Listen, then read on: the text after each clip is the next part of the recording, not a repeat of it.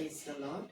पिता परमेश्वर का हृदय से धन्यवाद देते इस सुंदर समय के लिए जो प्रभु ने हम सबों के जीवनों में दिया।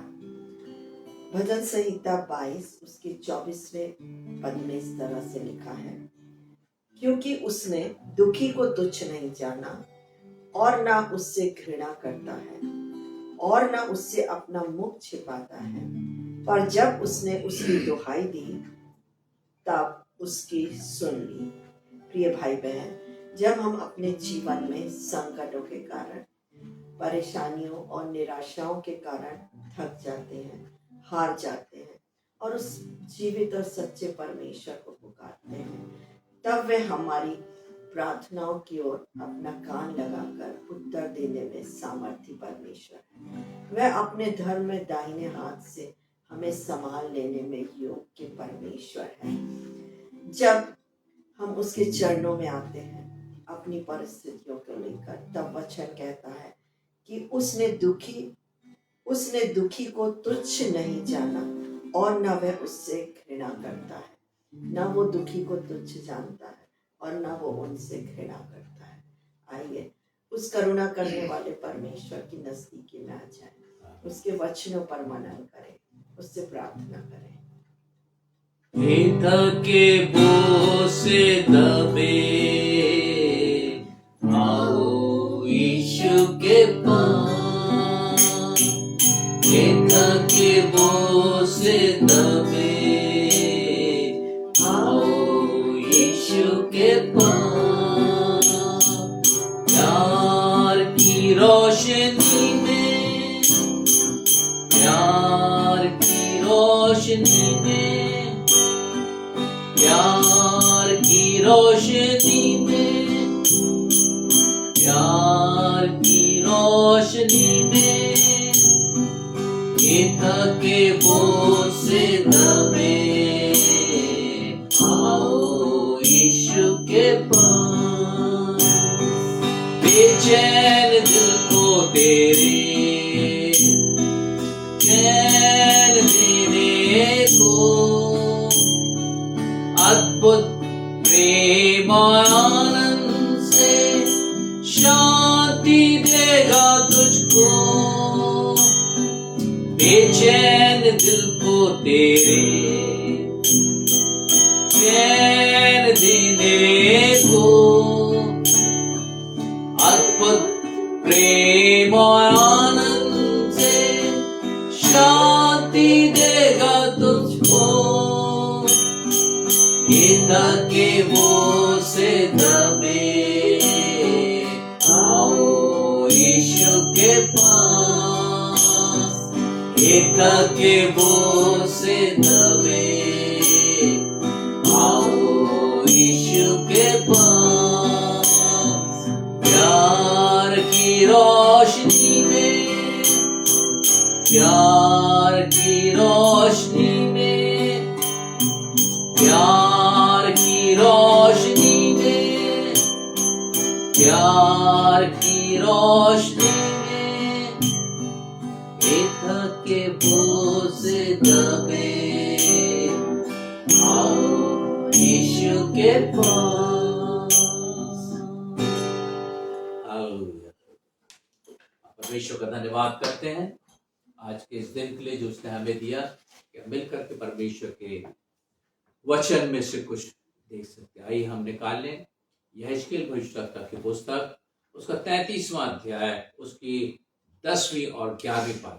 फिर हे मनुष्य के संतान, हाँ, इस्राएल के घराने से यह कह, हाँ, तुम लोग कहते हो, हाँ, हमारे बाप दादों और हमारे अपराधों और पापों का भार हमारे ऊपर लदा हुआ है। हमारे अपराधों और पापों का भार हम पर लदा हुआ है और हम उसके कारण गलते जाते हैं। हम कैसे जीवित रहें? हाँ। सो तूने उनसे यह कहे, हाँ, परमेश्वर यहोवा की यह वाणी है, मेरे जीवन की सौगंध, हाँ, मैं दुष्ट के मरने से कुछ भी प्रसन्न नहीं होता। मैं दुष्ट के मरने से कुछ भी प्रसन्न नहीं होता, परंतु इससे कि दुष्ट अपने मार्ग से फिरकर जीवित रहे। दुष्ट अपने मार्ग से फिरकर के जीवित रहे। हे इस्राएल के घराने, हाँ, तुम अपने अपने बुरे मार्ग से फिर जाओ, तुम क्यों मरो। तुम क्यों मरो। यहाँ परमेश्वर का वचन पहले जो हमने पद पढ़े उसमें वहां पर लिखा है, हमारे पापों का भार हमारे ऊपर लदा हुआ है। हमारे पापों का भार हमारे ऊपर लदा हुआ है और उसके कारण से हम गलते जाते हैं। पापों का भार एक भार है जो मनुष्य के ऊपर रहता है, और इसीलिए प्रभु यीशु मसीह ने कहा, हे थके और बोझ से दबे लोगों, मेरे पास आओ, मैं तुम्हें विश्राम दूंगा। यह मत्ती के 11 अध्याय की हे 28 सब परिश्रम करने वालों हाँ। और बोझ से दबे हुए लोगों, हाँ, मेरे पास आओ, मेरे पास आओ, मैं तुम्हें विश्राम मैं दूंगा। तुम्हें विश्राम दूंगा। बोझ से दबे लोगों को प्रभु यीशु मसीह जो है बुलाता है, क्योंकि वो उनको विश्राम देना चाहता है। इसके बाद में हम परमेश्वर के वचन में और भी देखते हैं, ये बोझ जो है ना सिर्फ पापों का है, परंतु परमेश्वर इस बोझ को हमारे से दूर करता है, हमारे से दूर करता है। और परमेश्वर इतनी दूर करता है जितना पूरब से पश्चिम है। हम उसको पढ़ेंगे भजन संहिता उसका 103 अध्याय उसकी 11वीं और 12वीं पद। जैसे आकाश पृथ्वी के ऊपर ऊंचा है, जैसे आकाश पृथ्वी के ऊपर ऊंचा है, वैसे ही उसकी करुणा उसके डरवैयों के ऊपर प्रबल रहती है। परमेश्वर की करुणा हमारे ऊपर बहुत होती है।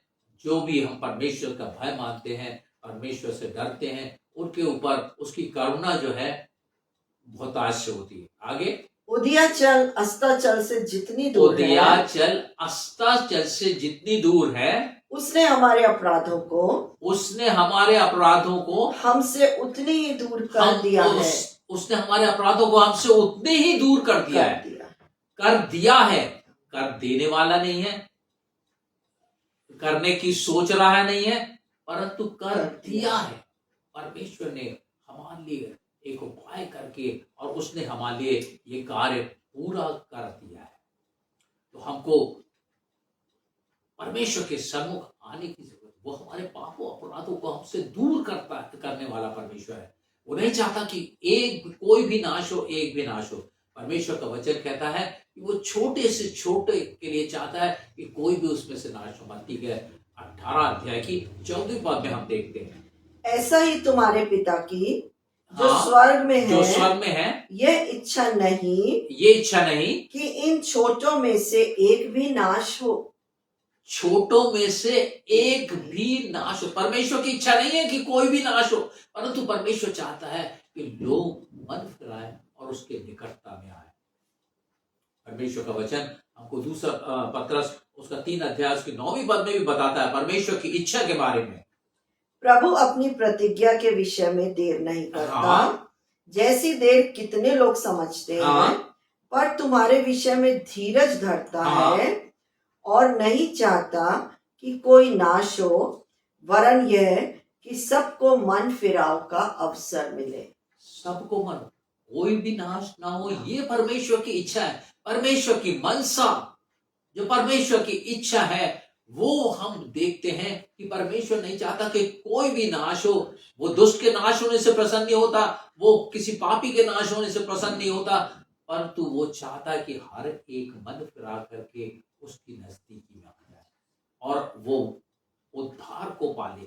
तो परमेश्वर का वचन हमको बताता है, इसके लिए उसने क्या किया, उसने अपने एक लौते पुत्र को दे दिया।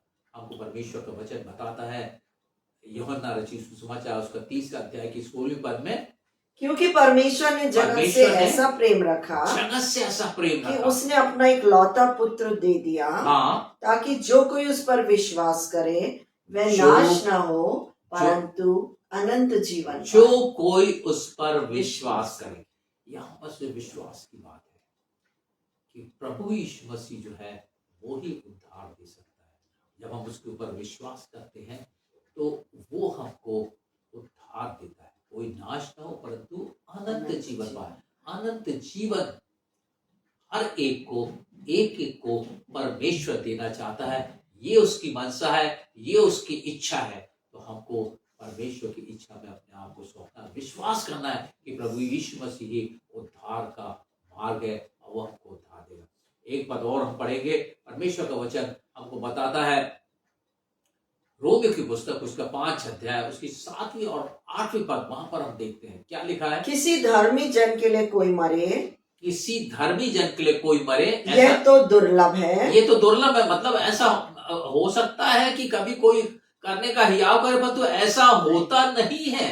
परंतु क्या जाने हाँ, किसी भले मनुष्य के लिए कोई मरने का भी हियाव करे। भले मनुष्य के लिए भी कोई मरने का हियाव करे, ऐसा भी नहीं हो सकता, ये भी दुर्लभ बात है। परंतु परमेश्वर, परंतु यहाँ पर परंतु जो है सारी बातों को पलट देता है और क्या कहता है, परंतु परमेश्वर अपने प्रेम की भलाई, परंतु परमेश्वर हाँ, हम पर अपने प्रेम की भलाई इस रीति से प्रकट करता इस है रीति से प्रकट करता कि जब हम पापी ही थे तभी मसीह हमारे लिए मरा।